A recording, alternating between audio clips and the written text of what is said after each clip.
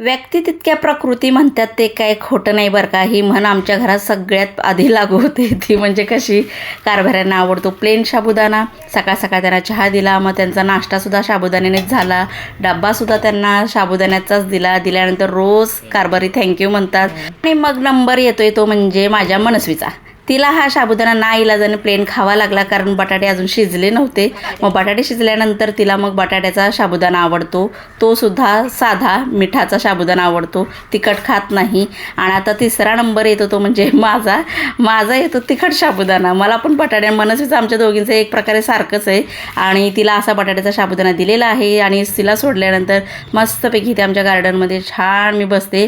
आणि व्यक्ती तितक्या प्रकृती म्हटलं तरी प्रसार हा किती होतो बघा. प्रत्येकाचं वेगवेगळं म्हटलं की वेगवेगळं खाणं आलं, कारण व्यक्ती हा वेगवेगळा असतो बरं का. आता माझा हा तिखट साबुदाणा, तुमच्या घरीसुद्धा असंच आहे का नक्की सांगा आणि सबस्क्राईब करा बरं का.